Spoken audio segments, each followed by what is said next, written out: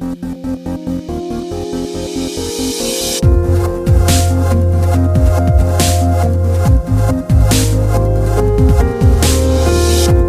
and welcome to the Startups of London podcast.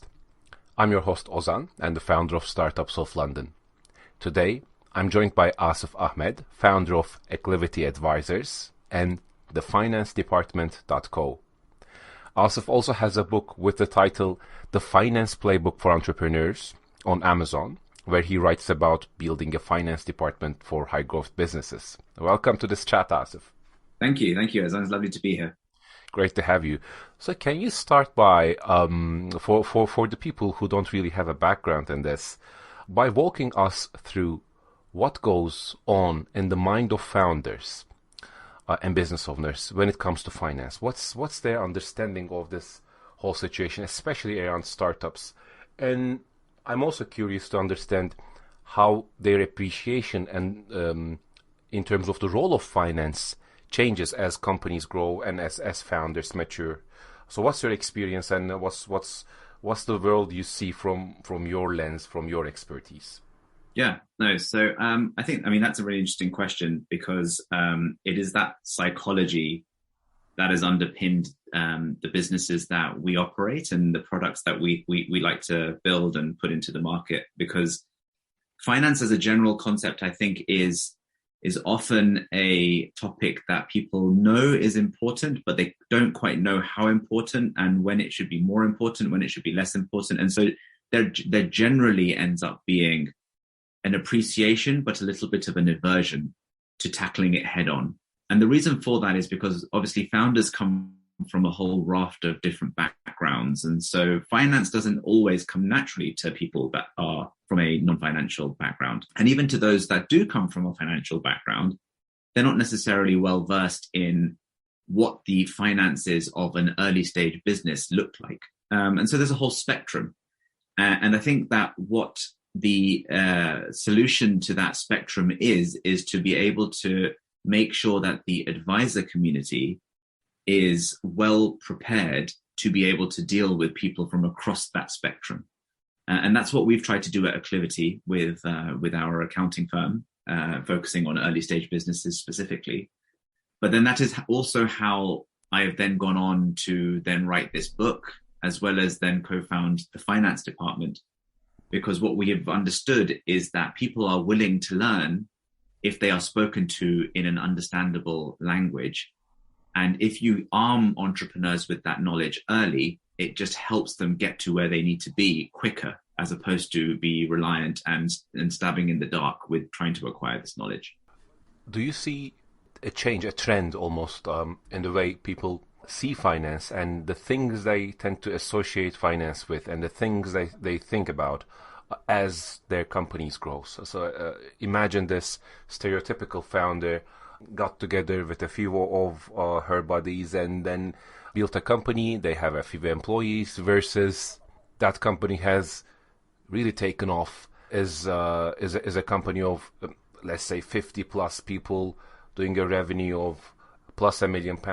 How do the appreciation of people around finance change as the business changes? That's something I'm really curious about. Yeah, and again, a great question.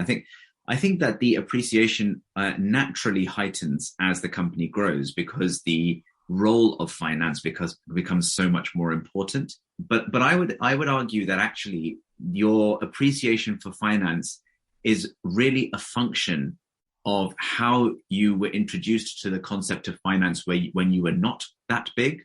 So if when you were a smaller company or a smaller entity or a solo founder, you were only ever met with complexity and jargon and struggle when it came to finance, the chances are you have probably developed a muscle to delegate that responsibility away from you.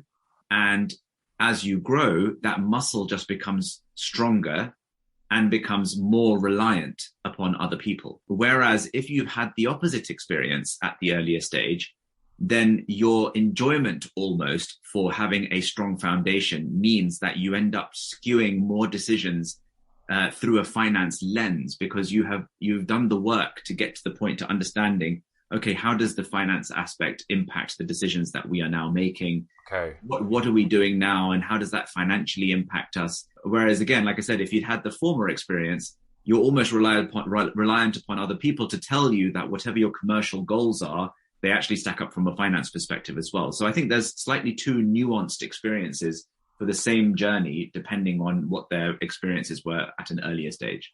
And this brings an interesting question to an end, I think. How much finance should founders or business owners, how much finance should they know? Because at the one end of the spectrum, I'm thinking, okay, a general perception and understanding of how these details work is really important. And especially, as you know, as an entrepreneur yourself, it comes down to the quality of decisions, if the business succeeds or not. So a better understanding of every domain, it definitely helps in that. But there is also, I feel, a limit to the usefulness of the detailed knowledge around finance.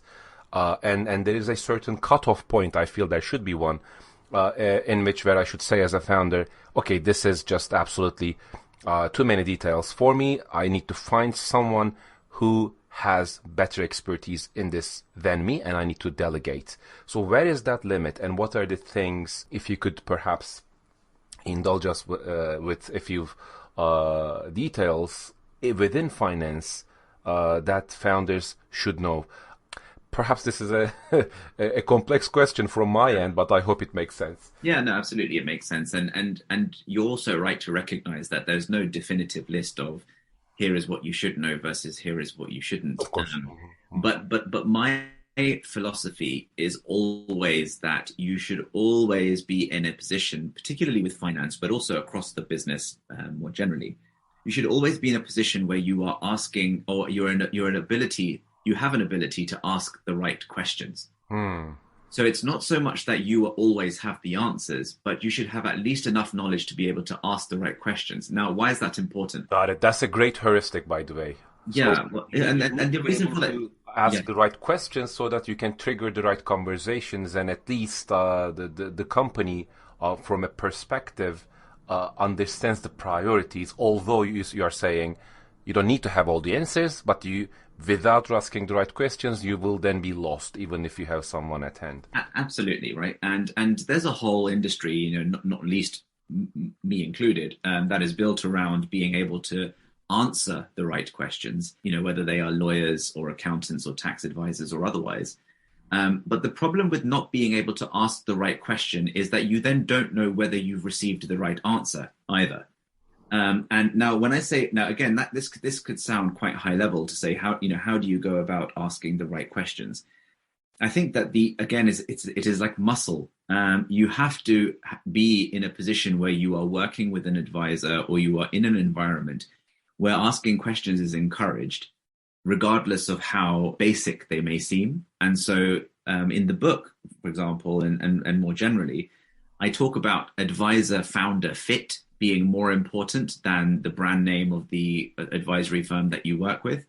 It's imperative that the person or people that you end up working with, you could feel like you can have a friendly conversation with, so that there is an active environment and a fertile ground from which you to be able to ask those questions, sound stupid if you have to sound stupid, but really get to the point where you are happy to ask any questions, so that in 2 or 3 years' time, you're asking the kind of questions which, almost a semi-professional would be asking. Now, that's how I would frame really how founders should aspire to tackle the topic of finance.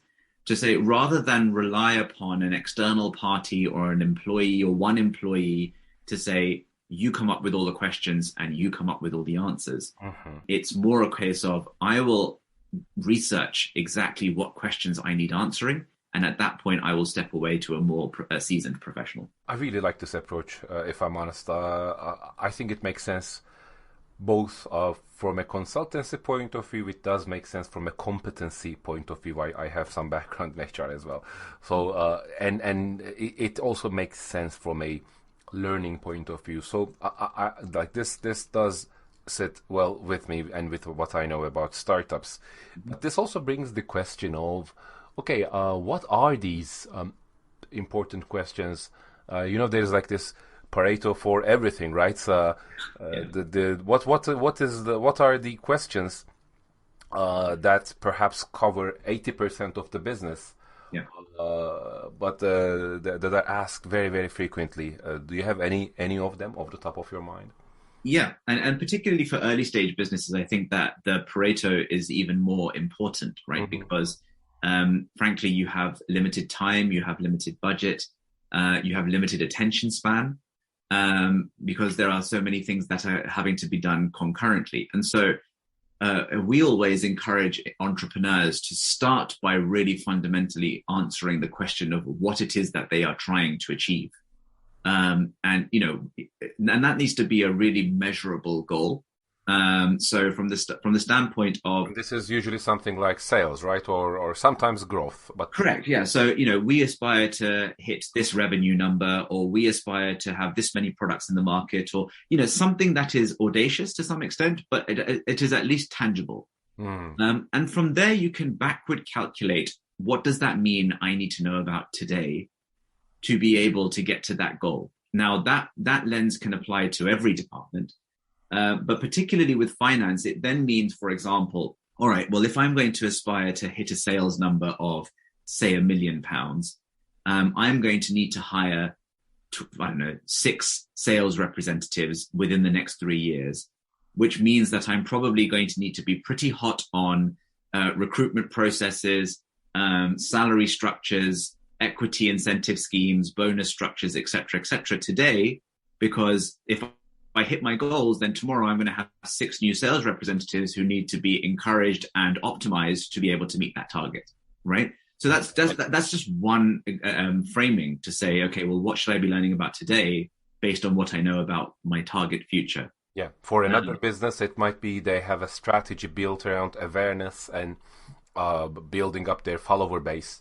Exactly. In that sense, they should allocate a different resource for their pay-per-click marketing or PR activities, and that would be a different structure, right? Exactly, absolutely, and you see, and that's a great example because from that perspective, your unit economics becomes very important, right? So how much am I? If I know that, for example, I want to achieve a certain reach, and I want to be able to do that profitably, then it's important for me to know the concept of unit economics to say, okay, well, how much can I afford to spend on this activity before it becomes a loss-making activity? And that doesn't necessarily mean that the CEO or the founder then has to then be able to go out and model that whole scenario, but it's certainly he or she is then certainly in the position to ask the right question of a professional modeler to say, here are my inputs, here is my goal, can you tell me whether it works or not?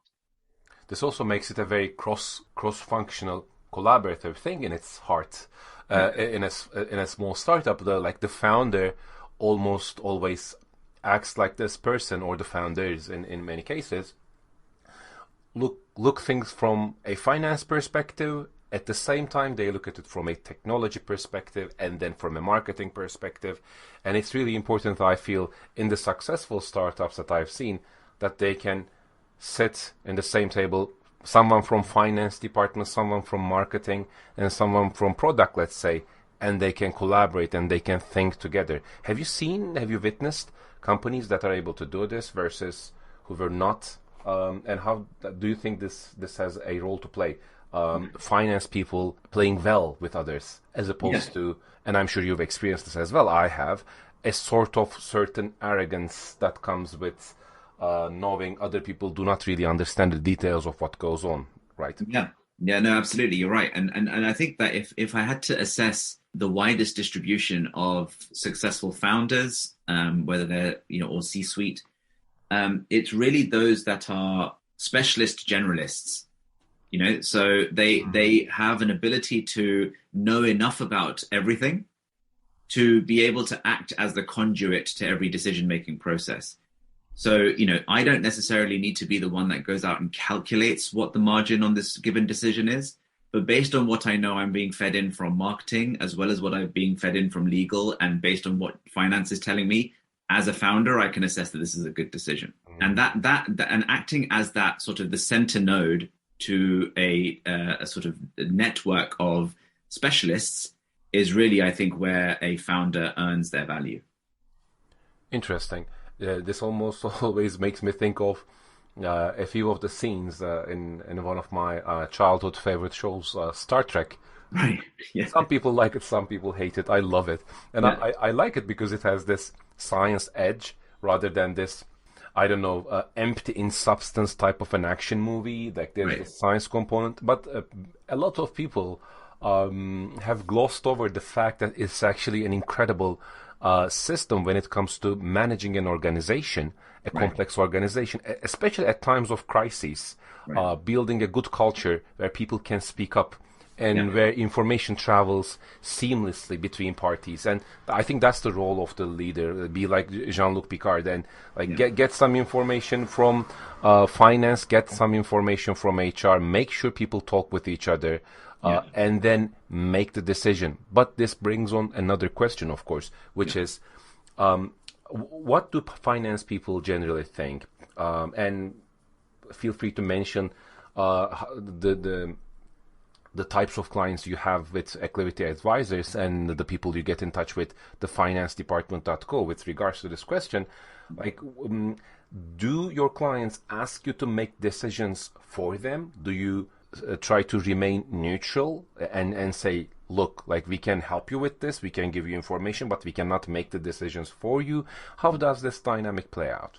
Yeah. So with Acclivity specifically, and actually the finance department also, we're not really there to answer the question about a specific decision. But the responsibility that I feel as an advisor, particularly with my Acclivity hat on, is to make sure that I have presented the information where the answer is easier to come by for the founder, and at least the founder, or the leader, whoever it is that we're working with, feels as though that there are no blind spots to their decision-making process, at least from a finance angle. That's crucial. That's crucial. So, and that is about as best as we can do, because ultimately there may be a decision that is wildly, it might make a lot of sense from a finance perspective, or it might make no sense from a finance perspective, but for a whole host of other commercial reasons, the founder may decide that actually they still want to proceed with that decision. Mm-hmm. But then at least they are taking that decision in the knowledge of what the finance perspective is. And that's really our role, I think, if we do it properly. Amazing. My experience, I've had positive experiences and negative experiences having, I don't know, built 7 companies across different geographies. I had good financial advisors, bad ones, Right. and perhaps wrongly so. I'm also considering people from who have given me accounting consultancy as well. The people who I've had the pleasure of working with, and we really got along well, did the exact same thing you mentioned.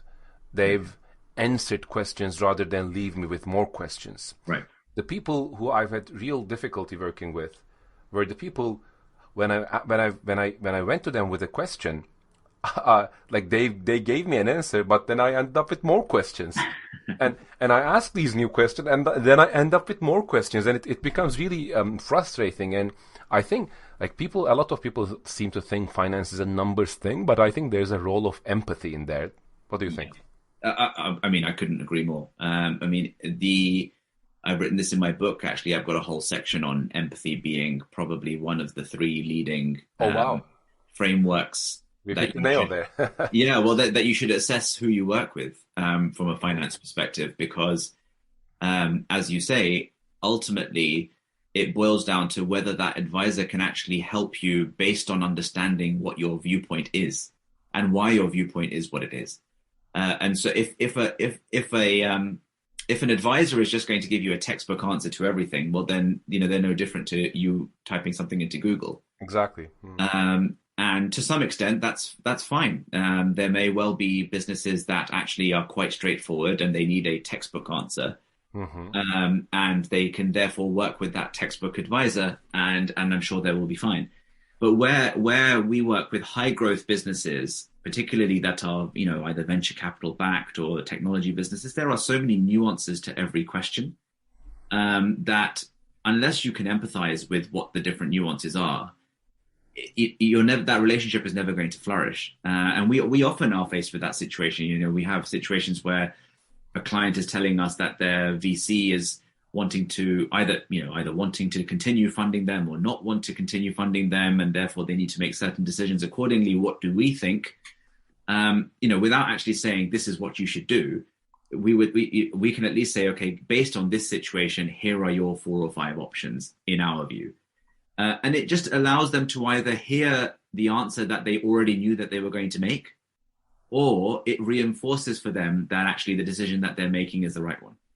And I think that's really the role of an early stage advisory firm. Exactly. Showing the options, paving the way for a decision, which will be made by the founder, of course, but informing them 360 degrees. That's I think, the best approach there is. We are running out of time, but I do have one more question for you, which I think is relevant for a lot of entrepreneurs out there. From what you've known, the startups, the companies that you work with, and this is a question about investment and securing investment and getting funded. Do you see any trends, any approaches, or on paper, different dynamics between companies who get funded easily versus who have trouble getting funded? Now, this is usually a question, of course, about sales, marketing, growth, and so on, but I'm curious to the finance component, the finance angle for this. Which companies have an easier time getting funded from a finance perspective, in your opinion? Yeah, if there is any, perhaps, I don't know, perhaps there is no angle, but I'm just curious to what you think about this. No, I mean, I'll answer your questions from that perspective, actually, because we often come across that spectrum, really. And I would suggest that it's not so much that the good companies will get funded regardless, right? So I think I should say that anyway, is that if you have a positive business with a positive future, then sort of 9 times out of 10, you are always going to want and convince venture capitalists to back you.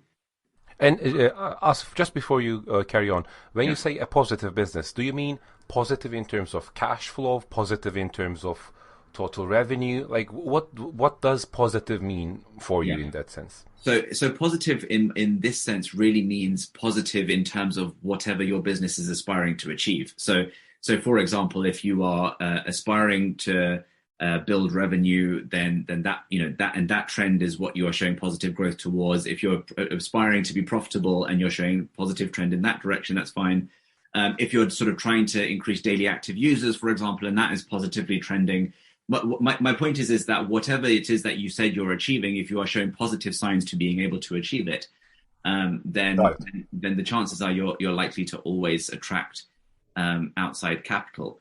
Where I will answer your question is actually where I have seen certain positive quote unquote companies struggle to get funded is where they have had very lax finance processes. And so it actually is even more disappointing at that point, because you've done the hard work and now you're suffering because of not having done the easy work. And I say easy because it's when I say finance, I don't mean that they didn't have a well-honed model or something like that. I mean specifically processes around compliance. So have you kept adequate records? Have you made filings according to the right timelines? Have you paid your liabilities when you needed to pay them? Are you carrying any risks with your tax authority or anything like that? These are all due diligence questions that, for the most part, venture capitalists and their lawyers are hoping will just be a tick box exercise.